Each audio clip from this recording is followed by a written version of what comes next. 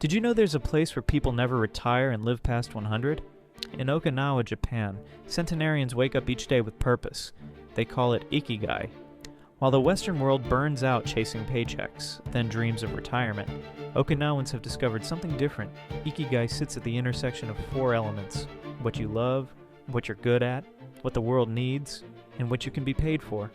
100-year-old fishermen still cast their nets at dawn. Century-old farmers tend their gardens with steady hands. They don't work because they have to. They work because it gives their life meaning. Research shows people with strong purpose live 7 years longer. Their daily motivation flows from fulfillment, not obligation. The obstacle isn't finding work you love.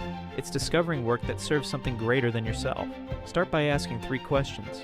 What activities make you lose track of time? What problems do you naturally solve for others? What would you do if money wasn't a factor? Your ikigai isn't hiding. It's waiting for you to connect the dots.